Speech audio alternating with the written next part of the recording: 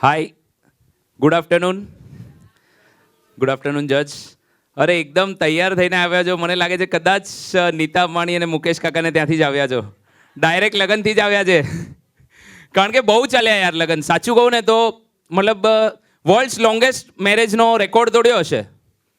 કારણ કે તમે માનશો નહીં, અનંત અને રાધિકાના પહેલાં જ એવા લગ્ન હતા કે જેમાં હું નથી ગયો ને તોય થાકી ગયો છું. કારણ કે કંઈ પણ કરો, રોજ સવારે મોબાઈલ ખોલો લગન, ઇન્સ્ટાગ્રામ ખોલો લગન, લેપટોપ ખોલો લગન. અને તમે યાદ રાખજો, મહાદેવ અને પાર્વતી પછી બીજા એવા લગ્ન હતા કે જેમાં દેવ, દાનવ, યક્ષ, દાનવ, માનવ બધા જ અને ભૂત પણ હાજર હતા. હવે આ છે ને બહુ ડીપ જોક હતો, બટ તમે માનશો મારા ખ્યાલથી છે ને આ આઠ દેશોમાં ઇલેક્શન પતી ગયા, 7 જેટલા નવા પ્રાઇમ મિનિસ્ટર આવી ગયા, T20 world cup, normal world cup, COPA America, euro cup, Wimbledon બધું જ પતી ગયું, પણ આના એક લગ્ન નથી પતતા. કારણ કે તમે નહીં માનો, જો હવે કેવું છે, હવે લગ્નમાં 1.5 વર્ષ ખેંચ્યું છે તો આ ભાઈ હનીમૂન કેટલું ખેંચશે. અને હજી તો હનીમૂન પર જઈને પાછો આવશે ત્યાં તો આકાશના છોકરાના લગ્ન આવશે. અને આકાશનો છોકરો કહે છે કે પપ્પા કાકા કાકી વનવાસ પર ગયા હતા કે શું. પણ મોટા લોકો છે, એમની વાતો ન થાય. પણ કંઈ બી આમ ડાઉન ટુ અર્થ માણસો છે, એકદમ સિમ્પલ. ભલભલા લોકો એમની સામે ડાઉન થઈ જ જવું પડે.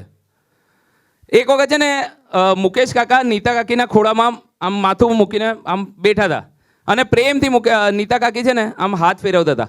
હવે એક વસ્તુ યાદ રાખજો, તમારી માં તમારા માથે આમ પ્રેમથી હાથ ફેરવે ને તો એને લાગણી કહેવાય, અને બૈરી જો પ્રેમથી હાથ મૂકે ને તો એને માગણી કહેવાય. તમને શું લાગે છે, આ એન્ટિલિયા ધીરુભાઈનો આઈડિયા હતો? નીતાબેનનો આઈડિયા હતો. અને એટલા ડાઉન ટુ અર્થ માણસો છે ને કે પહેલાં એન્ટિલિયા બન્યું ને 2 વર્ષ સુધી રહેવા જ ન ગયા એ લોકો. કારણ કે એ કહે કે નીતા કાકી એમ કહે છે કે વાસ્તુ નથી બરાબર. હવે ભાઈ, તમારા હસબન્ડ પાસે એટલા પૈસા છે કે કુબેર અને લક્ષ્મીજીને બી વ્યાજે પૈસા આપી શકે છે. તમારે વાસ્તુની જરૂર શું પડે?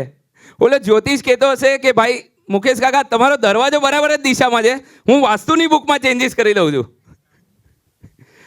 બટ એકદમ સિમ્પલ સોબર સારા માણસો છે. અને છેલ્લે તો ગુજરાતી ને મસ્ત 25-50 લાખ કરોડના માલિક હશે, પણ ઘરે આવે સાંજે ચા થેપલા ને ખાઈને સૂઈ જાય, કોઈ મગજમારી નહીં.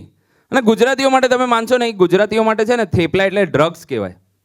આપણે નોર્મલ લોકો છે ને વીડ અને કોકેનનું ડ્રગ્સ કરે, પણ ગુજરાતી લોકો છે ને થેપલાનું ડ્રગ્સ કરે.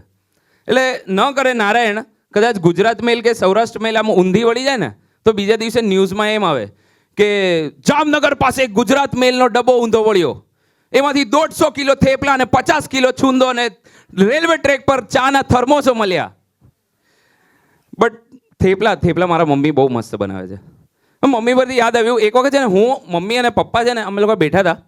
મેં મમ્મીને એમ જ કીધું, મેં કીધું મમ્મી ચાલ ને એક મસ્ત ગેમ રમીએ, 5 મિનિટની એક ગેમ રમીએ. 5 મિનિટ આપણે કન્વર્સેશન કરવાનું, તારે સવાલ નહીં પૂછવાનો, ક્વેશ્ચન માર્ક નહીં પૂછવાનો. તો મમ્મી કે એવું કેવું? મેં કીધું આજ એવું કેવું પછી જે ક્વેશ્ચન માર્ક છે ને એ નો આવવો જોઈએ. તો મમ્મી મને કે કેમ? મેં કીધું અરે મમ્મી મારી વાત સમજ, ક્વેશ્ચન માર્ક ના આવવો જોઈએ. તો મને કે તો ચલ ઠીક છે શરૂ કરીએ. મેં કીધું અરે યાર મમ્મી, મારા પપ્પા શાંતિથી બેઠા હતા. મને કે બેટા છેલ્લા 33 વર્ષથી ટ્રાય કરું છું, હા બાઈ સુધરે એમ નથી. But anyways, thank you so much, thank you.